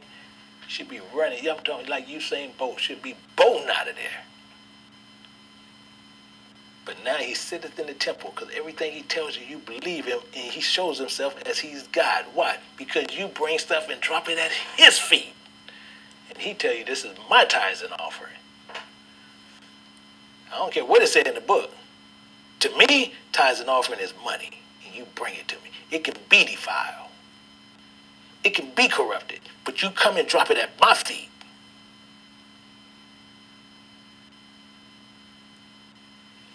This is who I am. Remember ye not, that when I was yet with you, I told you these things. These things have been told to you. These things have been told to you. And he's going to exalt himself, and you're going to believe it, and you are the very temple of the Most High God. Because 1 Corinthians 3:16, know ye not that ye are the temple of God, and the Spirit of God that dwelleth in you? Who opposes himself above all and call God and worship, so that he is God sitting in the temple of God, temple of God, temple of God. Look at verse 3:16 again. Ye are the temple of God, temple of God.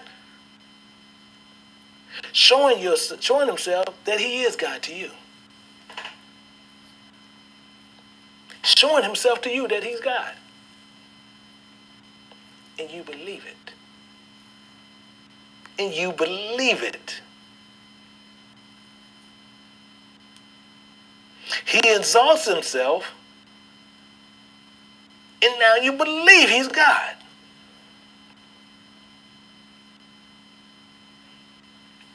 And we told you these things. We told you these things. See, you remember, you have many times again, how many people will not listen to this message. Going in and out and everything. And Paul is telling you here, don't let no one trick you. Don't let nobody trick you. Let no man deceive you by any means. For that day shall come. For that day shall not come except there come a falling away first, and that man of sin be revealed. The son of perdition, Satan.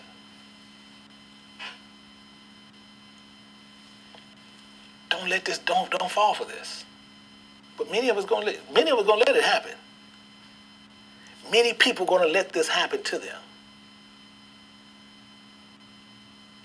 You're gonna have many people. They're gonna come in forms of false prophets, teachers, preachers. They're gonna come in many ways, laughing, funny things, different things. But can they break down the book and give you what is needed for your very salvation? This is your key. This is your key to life. Because he said, and many false prophets shall rise and shall deceive many, showing themselves and having you worship them as gods. Now you got caught up. Now you got the choir band. You got the building committee, and you got all these different committees. We'll just say it that way. You got all these different committees to make you feel part, to deceive you.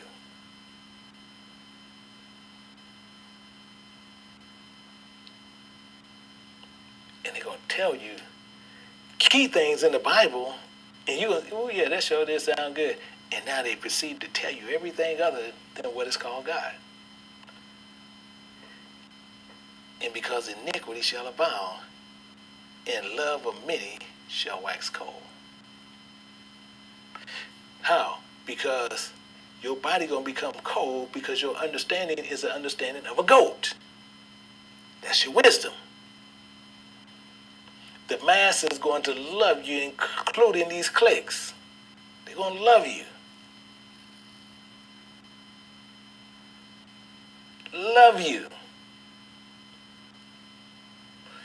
And he would tell you how you need to change in your thought pattern of where you need to sit. And he's sitting in the temple of your body, teaching you not of God, teaching you as showing himself as a God. What you need to learn, what you need to speak, what you need to give, what you need to buy him. He's taking this all over the world. I need a plane. I need a boat. I need extravagant vacations because God wants to rest.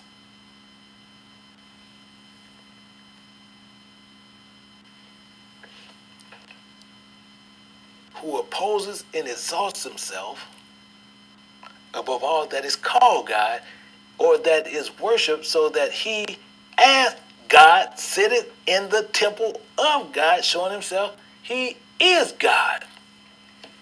Boom! Know you not that you're the temple of God? It's you the temple, and you worshiping me as God. I need you. I'm going to tell you what I need. I'm trying to raise $15 million to build a building. God told me, so y'all need to get it for me. Oh, I got to do that. That's my shepherd. I got to do that. Worship him as God. Whoring yourselves, paying these services. You paying to have fornication with Satan. Think you're not doing it? You're doing it all day because you're doing it here.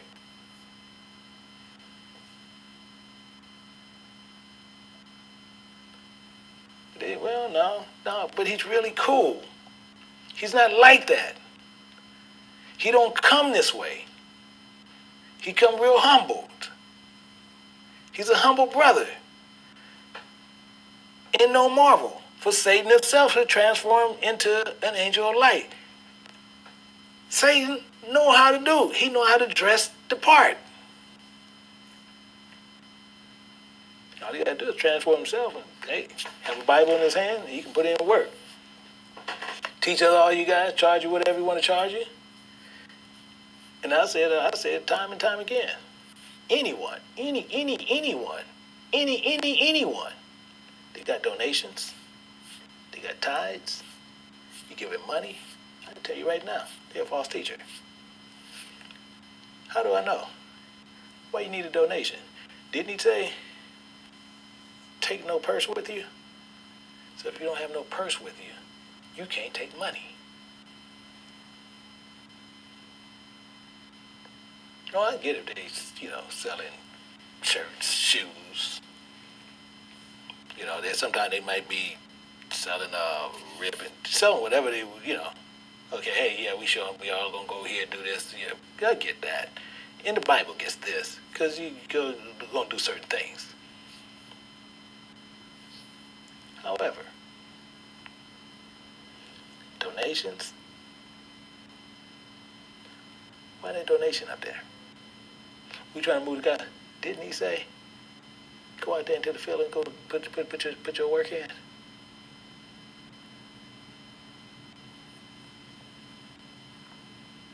I'm sending you in the field with nothing. Why are they trying to get something? They're transformed into angels of light. They're Satan. Therefore, it's no great thing if their ministers also be transferred as ministers of righteousness. These ministers trying to come up, because you see them big boys, they up there rolling hard with that money. And they said, hey, y'all want to be like me? Hey, do what I do. You ain't got to teach the Bible. Just grab a verse here, grab a verse there, and put whatever you want to put on it, and we're going to do this thing.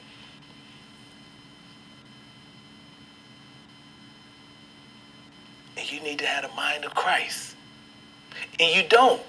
For who have known the mind of Yahweh, that he may instruct him, but we have the mind of Christ. We need the mind of Christ. We need that one mind so that one mind can instruct us. We need that one spirit where that one spirit can instruct us. And I, brethren, could not speak unto you as unto spiritual, but as unto carnal, even as unto babes in Christ. So many times that I want to bring out many teachings, I can't bring them out because I have to speak to people as babes. Because I don't want to choke you. See, many will not understand what is spiritual. Many will not see the teaching of the Songs of Solomon. Because it's completely in parables. It's dark speeches, commentaries. What they want to use to get it worked out. They think this is a sex book. And it's not true. It's spiritual. However, in the carnal, they would not be able to break these parables down. But the Bible is speaking completely in. Remember, he only spoke to Moses mouth to mouth. Everyone else, he spoke in vision and dreams, meaning this. You will have to understand the language, meaning, spiritual meaning of words in parables to know what King Solomon is saying. He was doing as seen in his father David in the book of Psalms. Most think they are breaking down this book and are not. They are babes in Christ and some are not. So don't get caught up in doctrines of Satan. The Most High is going to destroy the temple no matter what, who it is. If you're going to defile that temple with another doctrine. If any man defile the temple of Yahweh, him shall Yahweh destroy. The temple of Yahweh is holy, which temple ye are. He's making this clear. Let no man deceive you. But many is. Many are going to let them deceive them. Why? Because you're caught up in a clique. Well, I like it over here. They speak what I like over here. They're not speaking to you and telling you what you need to do. Let's look at this. Thou art fair, thou art fair. You see this now. Now I know you get it. Thou have dove eyes within thy locks. Thy hair is as a flock of goats. So we know what this is now. That appeared from Mount Gilead. See, now we know what it is. See, we are beautiful in spirit, but we're dead. See, the spirit has been able to see, but not as Christ, but as Satan. See, now wisdom has been learning in times past, and we have the nerve to show up. We have the nerve to show up.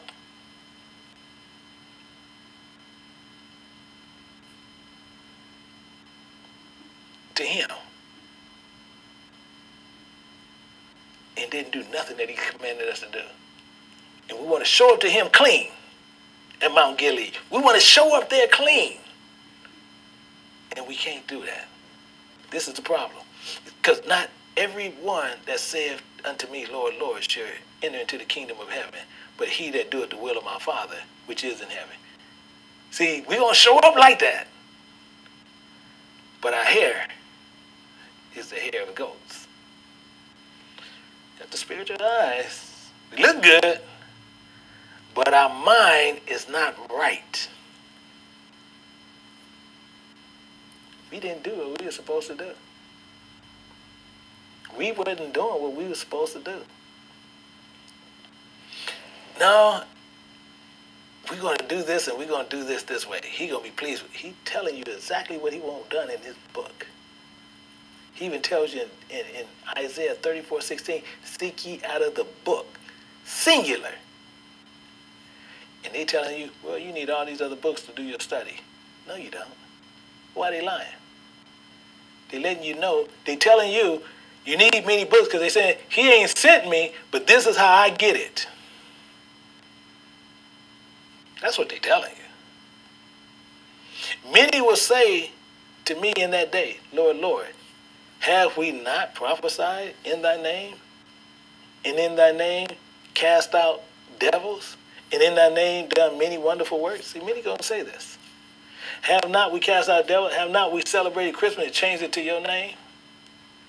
Have not we did change Easter to Passover? We switched that over, put that in your name? We done many wonderful things, Most High. We done much stuff. And it seemed like you don't want to. It seemed like you don't want to hold to it. And we was doing this for you, Most High. And that's why you got verse 23. And then I will profess to them, I never knew you. Depart from me, ye that work iniquity. Wait a minute. When I was doing Christmas and I said the birth of Christ and you can't accept that, depart from me. Okay, we flipped Easter for you. Depart from me.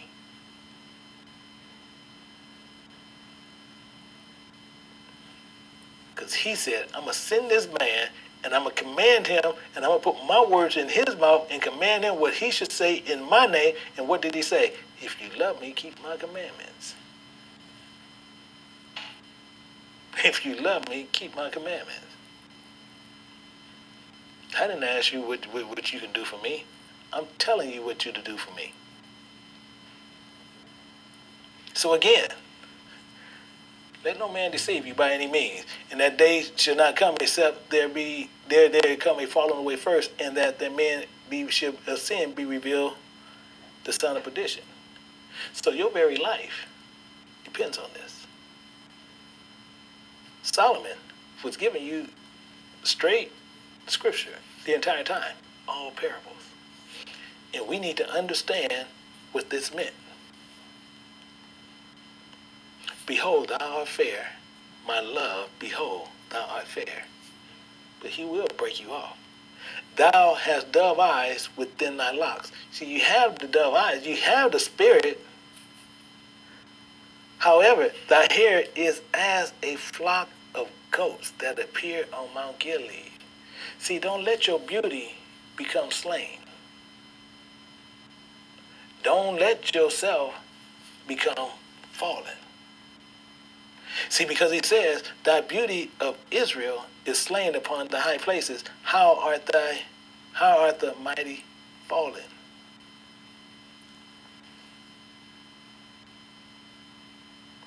So we need to understand, my brothers and sisters, that we need to stop, understand what is happening. I got to switch over a couple of things. Let me get these set. And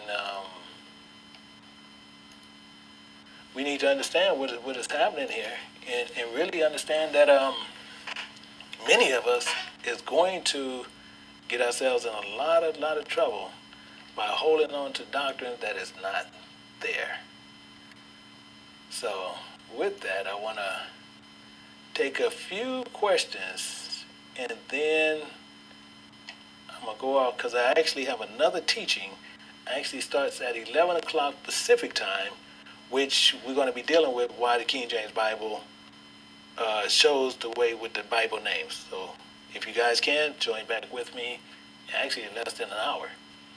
And we'll be going through that right now. So, I'm going to take a few questions on this here. And we're going to see in like the, trying to see here. Let me see here. Because we on YouTube and Facebook, so I'm trying to make sure that what we got going on is happening. But we are